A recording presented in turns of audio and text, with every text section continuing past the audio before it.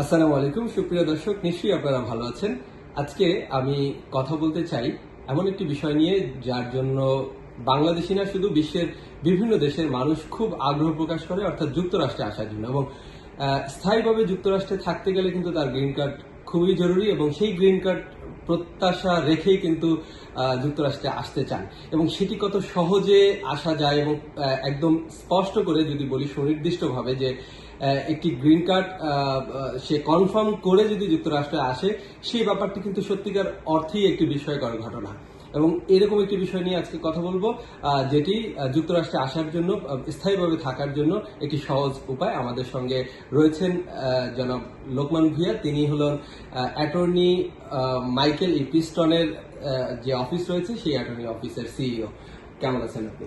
ভালো আছি। আপনি ভালো আছেন? আছি আলহামদুলিল্লাহ। আসলে আমরা কথা বলতে চাই বাংলাদেশ না শুধু, বিভিন্ন দেশের যারা যুক্তরাষ্ট্রে আসতে চায় তারা কিন্তু চিন্তা করে যে কনফার্ম তারা একটি গ্রিন কার্ড নিয়ে আসবে। অর্থাৎ অনেকে এসে বিভিন্ন ভাবে এখানে যারা চলে আসে, আসার পরে তারা অ্যাসাইলেম করে, নানান ক্যাটাগরিতে তারা আবেদন করে তারা অভিবাসী হওয়ার জন্য। কিন্তু এই ব্যাপারগুলোতে তারা এসে একটা দিশেহারা হয়ে যায় নানান ক্যাটাগরি যখন সামনে আসে, এবং কোনটার জন্য কে উপযুক্ত কোনটার জন্য নয়। সেই ব্যাপারটি ঘটার আগে যদি সেই লোকটি দেশে বসেই তার গ্রিন কার্ডের জন্য আবেদন করে সেই গ্রিন কার্ড কনফার্ম করে আসে, সেই ব্যাপারটি নিঃসন্দেহে একটি ব্যতিক্রম ব্যাপার। সো আপনার কাছে আমি জানতে চাই যে এমন একটি পরামর্শ বা একটি জায়গা বা একটি পথ আপনি বলেন যেই পথের মাধ্যমে সে কনফার্ম গ্রিন কার্ড নিয়ে যুক্তরাষ্ট্রে এসে বসবাস করতে পারে। যুক্তরাষ্ট্রে স্থায়ীভাবে বসবাস করার জন্য অনেকগুলো ওয়ে আছে। আর মূলত আপনাকে আমি প্রথমে বলতে চাই, যুক্তরাষ্ট্রে যদি কেউ স্থায়ীভাবে বসবাস করার ইচ্ছা থাকে, ওরা যেন কোনোভাবেই ভিজিট ভিসা না আসে, বিভিন্নভাবে খৈরানির শিকার না হয়ে, ওদের পথটাকে দীর্ঘায়িত না করে নিজ দেশে বসেই সিদ্ধান্ত নিতে পারে এবং নিজ দেশে বসে ইমিগ্রেন্ট ভিসার মাধ্যমে চলে আসতে পারে। মূলত সহজ পথ হচ্ছে যাদের কোনো যোগ্যতা নেই বা যাদের স্কিল ওয়ার্কার না, যারা হচ্ছে রেগুলার পিপল, ওরা যদি আসতে চায়, আমি তাদের জন্য প্রথমত আমার কাছে মনে হয় যে EB-3 মাধ্যমে আসতে পারে। কারণ EB-3 যে ক্যাটাগরি আছে, ক্যাটাগরি ক্লাসিফাইড করতেছে যে আনস্কিল পিপল এবং ইংলিশে ফ্লুয়েন্ট না, তাদের জন্য EB-3W প্রোগ্রাম চালু আছে। অর্থাৎ ওনার পূর্বের কোনো অভিজ্ঞতার প্রয়োজন নেই এবং ইংলিশ ল্যাঙ্গুয়েজ ম্যান্ডেটরি না। কোনো কোম্পানি যদি তাকে হায়ার করে, যেখানে হচ্ছে আমেরিকান নাগরিক অ্যাভেলেবল না কাজ করার জন্য, ওইসব এলাকায় কোনো স্পন্সর খুঁজে পেলে বা অনেক রিক্রুটার আছে যাদের সাথে আমাদের এমইউ আছে বা অনেকেরই সম্পর্ক থাকতে পারে, ওদের মাধ্যমে যদি একটি কাজ খুঁজে পাই, তারপরে সে যুক্তরাষ্ট্রে চলে আসতে পারে। তাছাড়া হচ্ছে EB-3 আরো ক্যাটাগরি আছে যারা হচ্ছে স্কিল, 2 বছরের যদি অভিজ্ঞতা থাকে, অথবা EB-3 প্রফেশনাল, ওদের জন্য আরো দ্রুত কাজটি সম্পূর্ণ প্রক্রিয়াটি ওরা এই আওতায় চলে আসতে পারে। তো আপনি বা আপনার যে ফার্ম, তারা তো চাইলে এই কাজটি খুব সহজভাবে করে দিতে পারে, মানে যে যুক্তরাষ্ট্রে স্থায়ীভাবে আসতে চায় তার জন্য এই ফ্যাসিলিটিসটা মানে অ্যারেঞ্জ করতে পারেন কিনা আপনারা?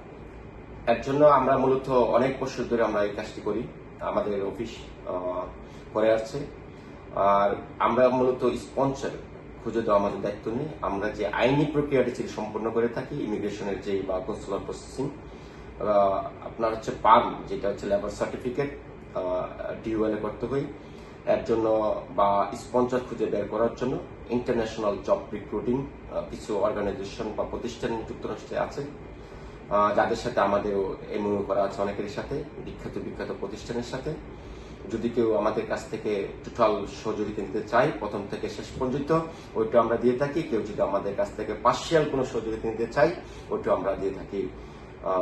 আর আমি মনে করি যে সাধারণ যেসব লোক আছে তাদের জন্য এটি হচ্ছে একমাত্র ইজিয়েস্ট, যার কোনো অভিজ্ঞতা বা কোনো কিছুর প্রয়োজন নেই কাজের, যুক্তরাষ্ট্রে স্থায়ীভাবে বা গ্রিন কার্ড পাওয়ার জন্য।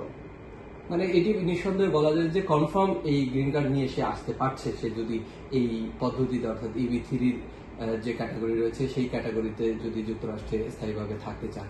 কনফার্ম বলতে বোঝায় যে কোনো ব্যক্তি তখনই আসতে পারবে না যদি সে পূর্ববর্তীতে যুক্তরাষ্ট্র সরকারের কাছে কোনো মিথ্যা তথ্য দিয়ে থাকে, কোনো কিছু ফ্রড করে থাকে, অথবা পূর্ববর্তীতে যদি কেউ ভিসা পেয়ে থাকে যুক্তরাষ্ট্রের এবং ভিসার যে রুল ছিল, টার্মস এন্ড কন্ডিশন ভায়োলেট করে থাকে, অথবা বিশ্বের কোথাও যদি সে বড় মাপের কোনো ক্রিমিনাল মামলায় অপরাধ হিসেবে মানে সে কনভিক্টেড হয়ে থাকে, তাহলে তার জন্য ইনঅ্যাডমিসেবল ক্যাটাগরি, আমি যদি সহজে বলতে চাই, সে যুক্তরাষ্ট্রে অ্যাপ্রুভ হওয়ার পরও হয়তো তার ভিসা পেতে, ইমিগ্রেন্ট ভিসা পেতে জটিলতা সৃষ্টি হবে বা ভিসা নাও পেতে পারে।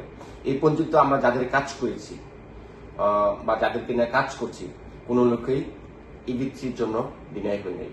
কারণ আমরা প্রথমেই তার বায়োগ্রাফি ব্যাক সবকিছু রিসার্চ করি, জিজ্ঞাসা করি, এবং জানার পরে আমরা যদি মনে করি যে ওনার জন্য সবকিছু অ্যাপ্রুভ হবে, তখন যখন যুক্তরাষ্ট্রের কনসুলেটে এসে যাবে কনসুলার প্রসেসিং এর জন্য, তাকে কেন আটকাইতে পারে, ওইগুলো যদি থাকে কারো পূর্বের কোনো ধরনের ভায়োলেশন বা আইন বহির্ভূত কর্মকাণ্ড, যার জন্য যুক্তরাষ্ট্রে সেই ইনঅ্যাডমিসেবল ক্যাটাগরিতে পড়ে যায়, তাদেরকে আমরা আমাদের ক্লায়েন্ট তাদের সাথে আমরা কাজ করি না, বা তাদেরকে বলি যে আপনি যুক্তরাষ্ট্রে অ্যাট দ্য এন্ড আসতে পারবেন না। এক কথায় বলাই চলে যে EB-3 মাধ্যমে যে কেউ যুক্তরাষ্ট্রে আসতে চাইলে সে চূড়ান্তভাবে গ্রিন কার্ড নিয়ে যুক্তরাষ্ট্রে প্রবেশ করতে পারেন, ব্যাপারটি তো এমনই। ব্যাপারটি যুক্তরাষ্ট্রে কোনো ভিসাতেই ডিরেক্টলি হচ্ছে আপনার গ্রিন কার্ড নিয়ে কেউ প্রবেশ করতে পারে না।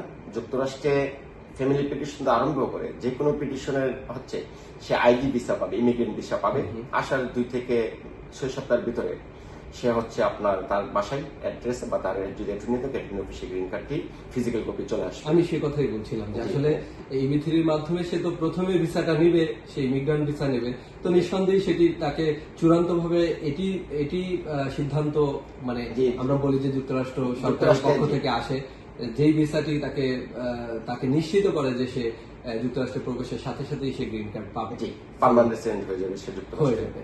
তো এটি আসলে আজকে আমাদের মূল বিষয়, অর্থাৎ EB-3 নিয়ে যদি কেউ যুক্তরাষ্ট্রে আসতে চান, তাদের জন্য খুব সহজেই যুক্তরাষ্ট্রে এসে গ্রিন কার্ড পাওয়া এবং যুক্তরাষ্ট্রে স্থায়ীভাবে বসবাস করার জন্য এটি সবচেয়ে এখন পর্যন্ত আমার মনে হয় সবচেয়ে বেস্ট একটি অপশন। এটি তো মনে করেন? আমি নিশ্চিতভাবে মনে করি যে এটি একটি বেস্ট অপশন, এবং এটাকে অনেকেই ইউজ করতে পারে, কাজে লাগে যুক্তরাষ্ট্রে। যাদের স্বপ্ন আছে যে স্থায়ীভাবে বসবাস করবে, গ্রিন কার্ড পাবে, ধারাবাহিকভাবে সে একদিন যুক্তরাষ্ট্রের নাগরিক হবে, এটা হচ্ছে একটি যুক্তিসঙ্গত বা একটি কার্যকর পদক্ষেপ। ধন্যবাদ জনাব লোকমান ভূঁইয়াকে। সুপ্রিয় দর্শক, আমরা কথা বলছিলাম যুক্তরাষ্ট্রে স্থায়ীভাবে থাকতে গেলে কিভাবে আপনি EB-3 মাধ্যমে একজন ইমিগ্রান্ট হয়ে যুক্তরাষ্ট্রে প্রবেশ করে আপনি আপনার গ্রিন কার্ডটি হাতে পেতে পারেন, সে বিষয়ে আমরা ছিলাম মাইকেল ই পিস্টন অ্যাটর্নি, তার যে ল অফিস, সেই অফিস থেকে কথা বলছিলাম। সাথে ছিলেন আমাদের এই অফিসের CEO লোকমান ভূঁইয়া। নিশ্চয়ই এরকম আরো বিশেষ এবং গুরুত্বপূর্ণ তথ্য নিয়ে আপনাদের সামনে হাজির হব। সে পর্যন্ত সবাই ভালো থাকবেন, সুস্থ থাকবেন, আমাদের সাথেই থাকবেন।